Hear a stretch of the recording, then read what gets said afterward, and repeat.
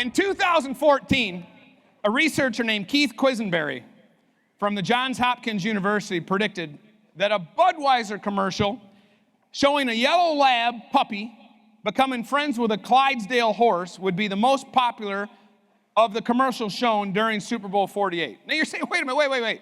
What's that got to do with? No. I'll show you.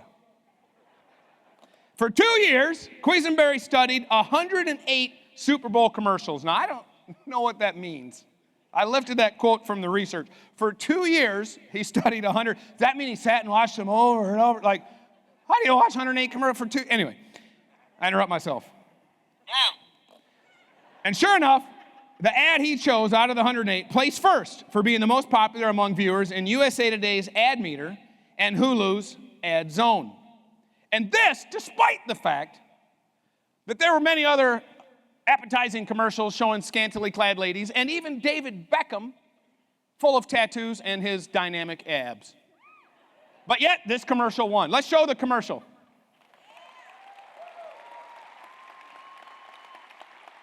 Isn't that great? You even see what they call it? Best buds.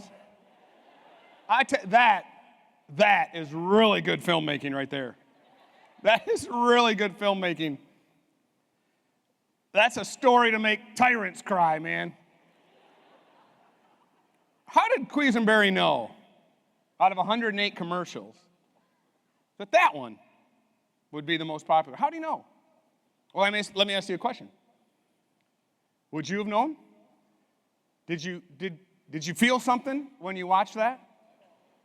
Did you notice that there wasn't a single word spoken other than the lyrics in the song, and those didn't kick in until halfway through? And it's not even, 40 seconds long. It's not very long at all. And yet, so much got communicated, and I've seen it several times now. I couldn't stop smiling watching it just then. And it's not a tear I had in my eye. I pulled a nose hair right before that.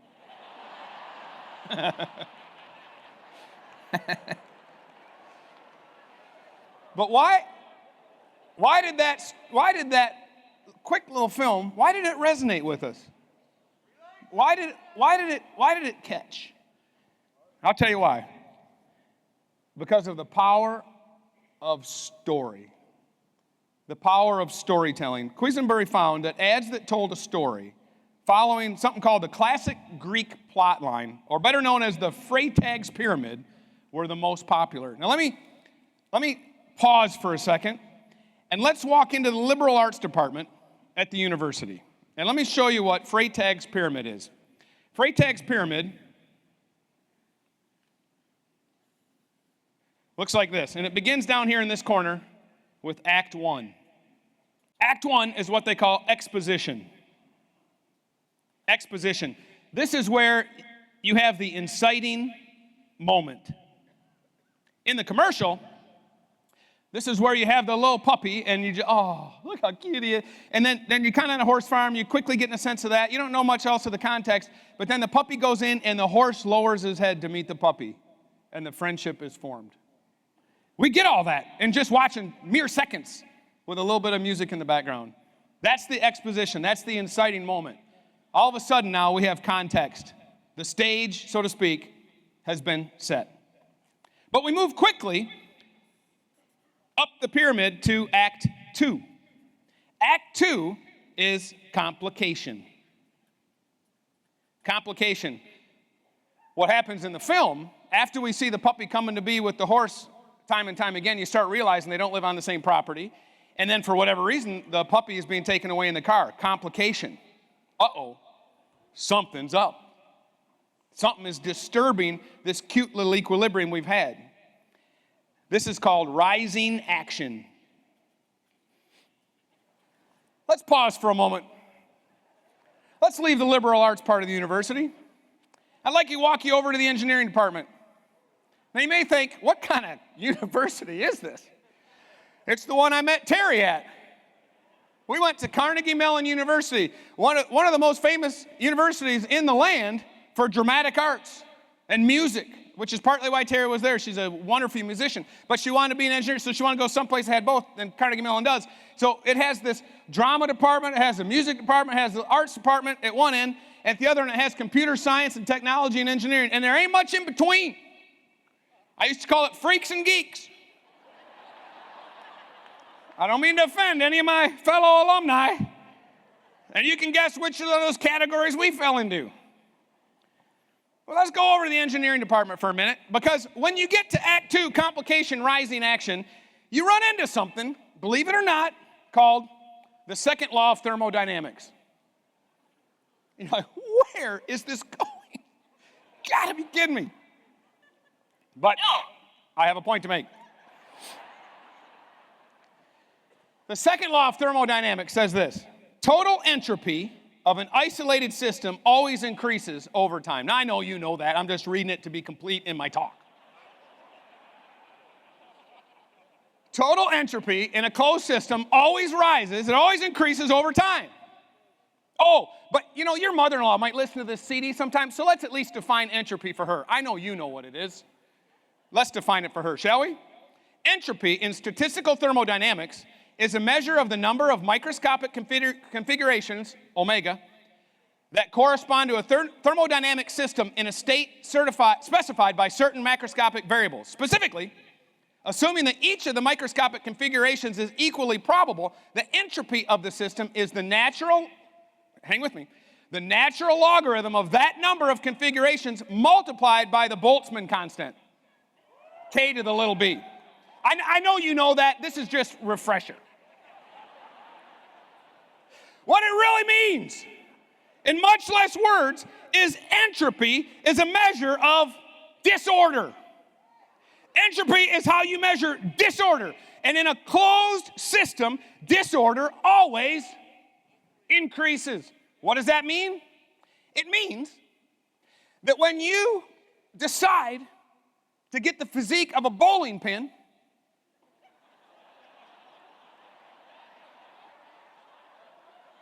let's take it off of you. Let's put it on me. When I come to the conclusion as I'm setting my goals for 2017 that I want the physique of a bowling pin, I want to get the handles hanging over. I want those man hips. I don't have to take a picture of a dude shaped like that and put it on my refrigerator. I don't have to put in my plans how many calories I should overconsume at every meal. I don't have to come up with how many miles I shouldn't walk in a day or how much I should stay away from the exercise bike. I don't have to do much of anything to get out of shape. It just happens. Second law of thermodynamics, brother. If you want a yucky marriage, you don't have to try at all. You don't have to set goals. You don't have to figure out how to annoy her. You don't have to figure out how to get under her skin. The moment you stop trying to thrill her, all that downward slide will happen anyway, automatically. You don't have to work very hard to be a lousy parent. All you got to do is be selfish. The whole wrecking your kids will take care of itself. It's the second law of thermodynamics. The force pulling everything in a downward and disorderly direction is called entropy. It's your enemy. Entropy is the enemy. I'm going to write a song called that. Entropy means that if you want excellence, you're going to have to row upstream. Excellence is always upstream, always, in anything, all the time, forever. Until God rearranges how the natural world works, that's how it works. It works in the physical sciences, and it works in the humanities too, which is why I took you to both departments. You will not accidentally become successful. And even if you do, like you win the lottery or something, it'll screw you up so bad you won't even be able to handle keeping the money. Nobody ever does. 93% of lottery winners actually formally file bankruptcy. You have a current flowing against you in your life that would love to pull you down, to ruin your relationships, ruin your physique and your health, ruin your finances, ruin your outlook, ruin your attitude, ruin every aspect of your life is subject to a similar law as the second law of thermodynamics. And if you don't paddle against the current, you go backwards. Many people mess up their lives because they seem to think there's a position in which they can place themselves, and then that's good. There's no staying in the same place when there's a current.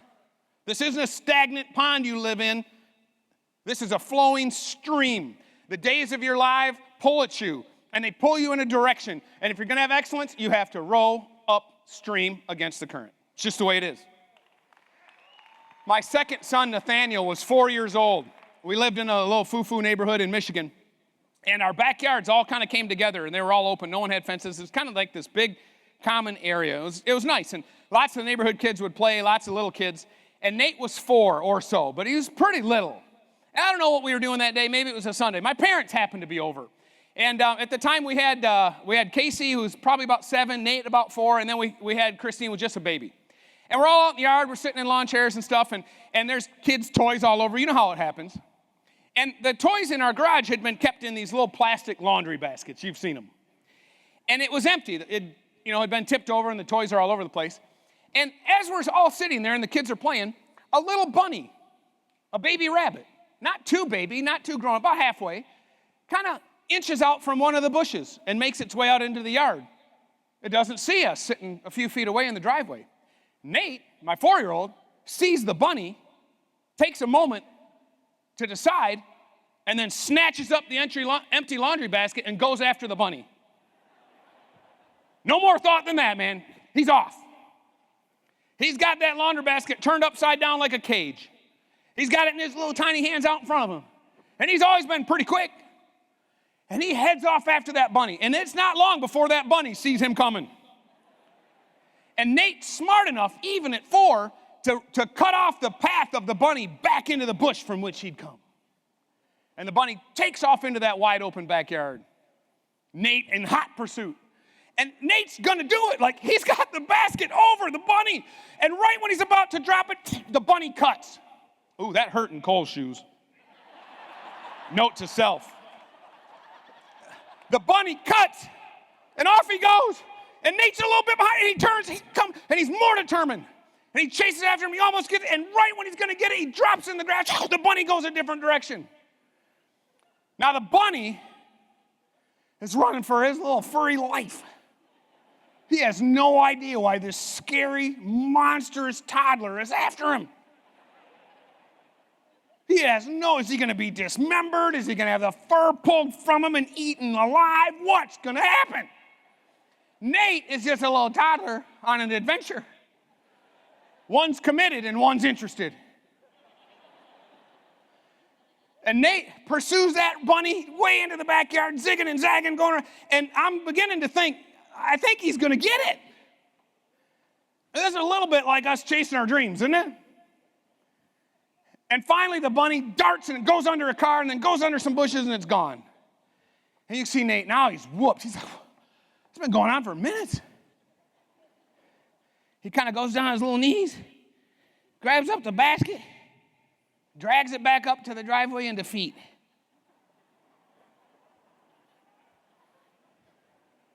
Isn't he cute? He comes up to my dad for whatever reason, kind of drops that little laundry basket, puts his hands on his little hips, looks up at my dad and goes, "That bunny doesn't get tired, Papa."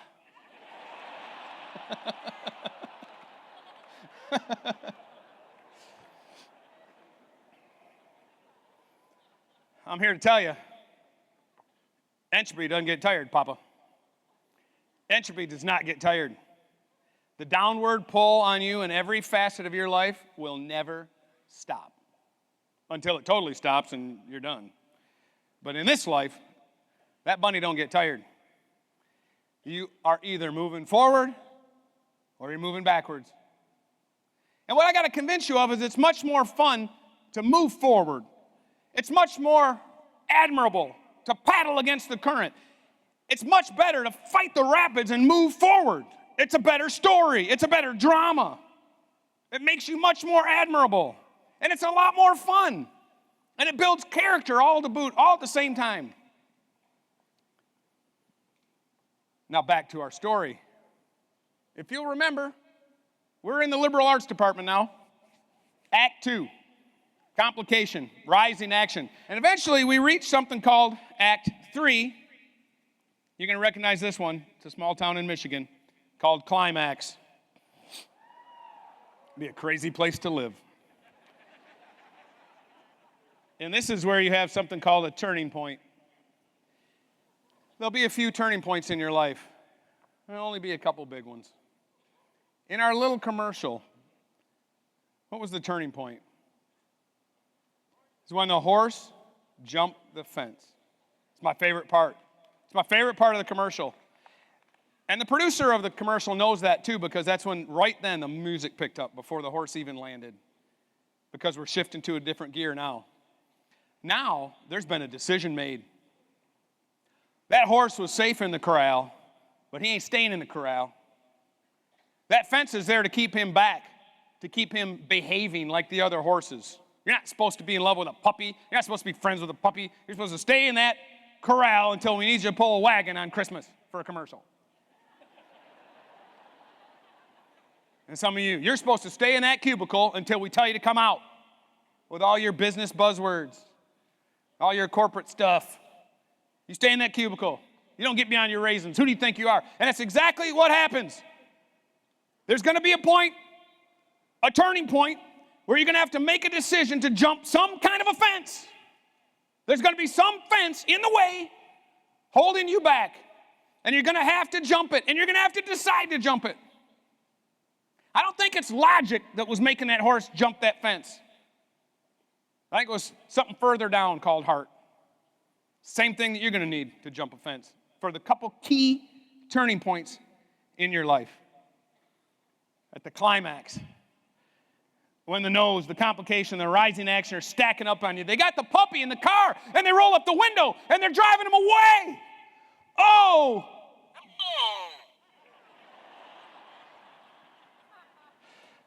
Time to make a decision. Time to do something. And the horse jumps the fence. That leads to Act 4. Act 4, reversal, or what they call falling action. This is an interesting one too. Did you notice at the one point when the horse is making his way to the gravel road to cut off the car, what else happens? Other horses followed. Now, they didn't jump out first. They didn't jump out first. But when the spine of one is stiffened, it tends to stiffen the spines of others. Napoleon Bonaparte. You could say Abraham Lincoln or, Winston Churchill or whatever. You can quote whoever you want. Every quote I ever hear is misapplied to Abraham Lincoln or Winston Churchill. But Napoleon Bonaparte said that. Did you know Abraham Lincoln's most famous quote? The internet is as dangerous as it is productive. Abraham Lincoln. You don't believe me? Oh, it was Winston Churchill then. Or Ben Franklin. But the other horses followed him. They followed him. He made the decision to jump the fence, and others followed. And they followed us too. Little old us, they followed us. And when the guy he stops, and there's the horse, and he can't even back up because there's all his buddies behind him. Where you think you're going with that puppy?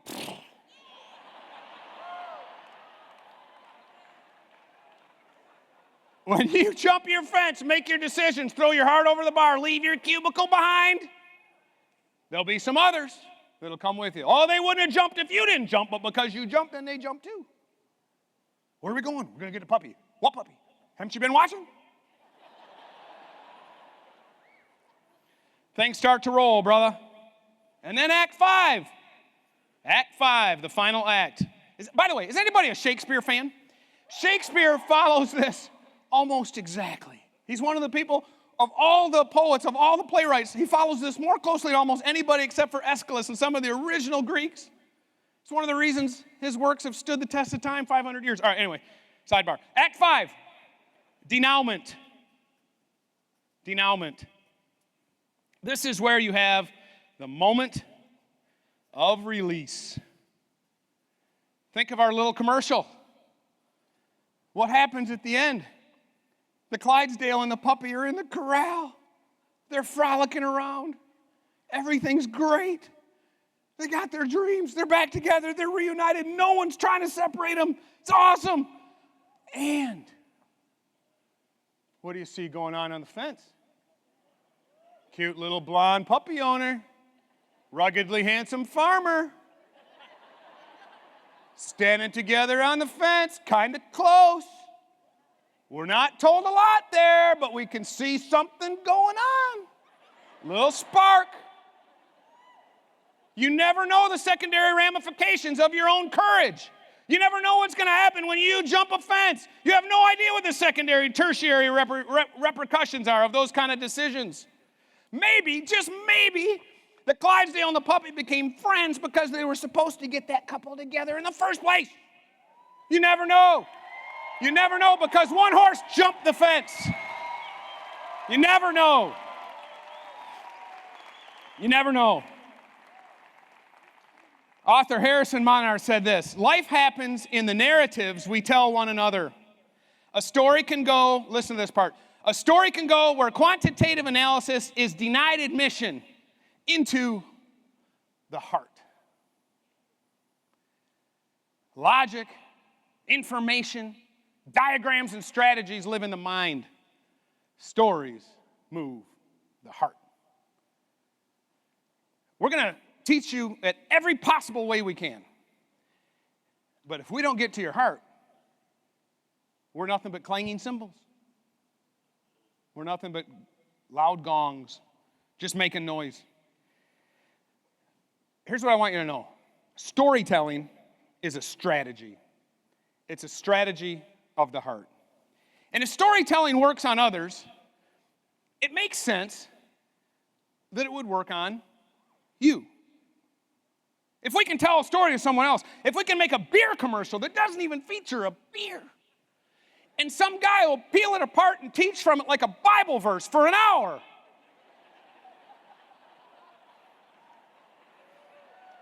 What kind of a story could you tell yourself? Better yet, what kind of a story have you been telling yourself? I could probably tell you because I could look at the life you're living, and that's the story you've sold yourself already. The life you live is the story you've bought. You have to see yourself instead as the star of a grand drama, the protagonist in a classic tale. And everything that happens needs to be put into that context. But you're not only the protagonist, you're also the author. You can write this. You can write your way out of jams. You can write your way up the hill. You can write your way over the fence. My daughter Christine's 13 years old. She's the most creative human being I've ever met in my entire life. She impresses me daily. I can't wait to hire her someday because, keep her happy with microwave popcorn and hot chocolate, and we're a pretty austere company. My kids have had a lot of dreams, and they always wake up in the morning. It's one of the cool things about being around in the morning is you can spend a little time with your kids, and they seem to all remember their dreams. They always want to tell me their dreams. Hey, Dad, this one thing was this big blue fish, and it was eating a bunch of mailboxes, and it farted out Pop-Tarts, and they go through all these details, and I'll sit there and listen, and they go through and the younger they are, the more details they give, And for years, I would listen. I say, you know what that means? And every time they'd fall for it, like Charlie Brown kicking the football and Lucy, take it away. Every time they fall for it for a long time. No, Dad, what's it mean? I say, referring to Genesis when Joseph tells the Pharaoh his dream, I'd say, it means 7 years of plenty followed by 7 years of famine. Like, oh, Dad. And for years, and Dad, and then this, and then that, and then the carrot exploded and it turned into cotton candy. Really? You know what that means? No, what? 7 years of plenty, followed by 7 years of plenty. Oh, Dad. Now when I say, you know what that means? 7 years plenty, followed by, they got it, But Christine one morning recently was telling me about her little dream that she had. She said, Dad, I was walking through this candy cane forest, and there were these lollipop bushes, and there was licorice slides, and it was raining gumdrops, and they were smashing the suckers, and I couldn't get it. I'm totally making this up. I can't remember her dream, but this is about the style of it. But it was some calamity, some difficult thing. And she's trapped in this situation. And she thinks, oh, no. How am I going to get out? Oh. How am I going to get out? Oh, no. And then she says this. She said, Daddy, you know what I did? What'd you do? She said, I just switched to narrator mode and said, and she makes it out safely.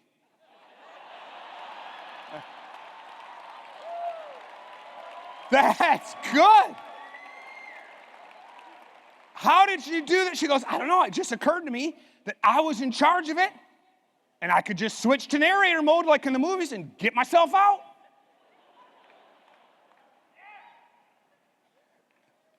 And what I would suggest to you in your life, in this mess you've made, is that you might need to switch to narrator mode and write yourself out of it.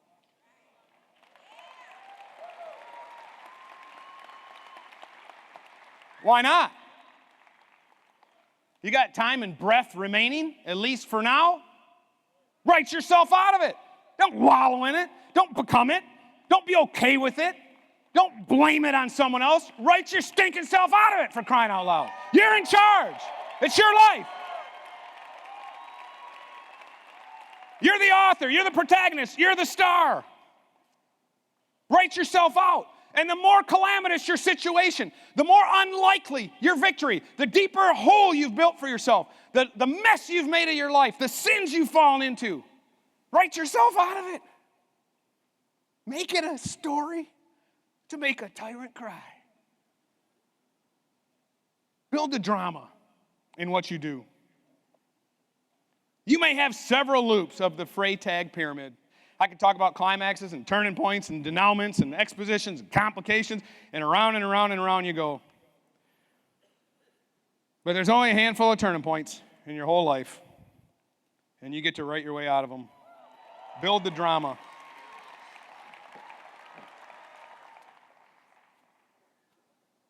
My daughter also came to me one day, and she said, Daddy, she said, your tagline for your company, I like it, but have you ever thought of using this one? Bring your dreams to life. See why I want to hire her? What I want to tell you is you're in control. It's your commercial. It's your story. Write your story. Switch to narrator mode and write your way out of any fix you're in. Write the finish. Write that victorious next chapter. And bring your story to life. Bring your story to life.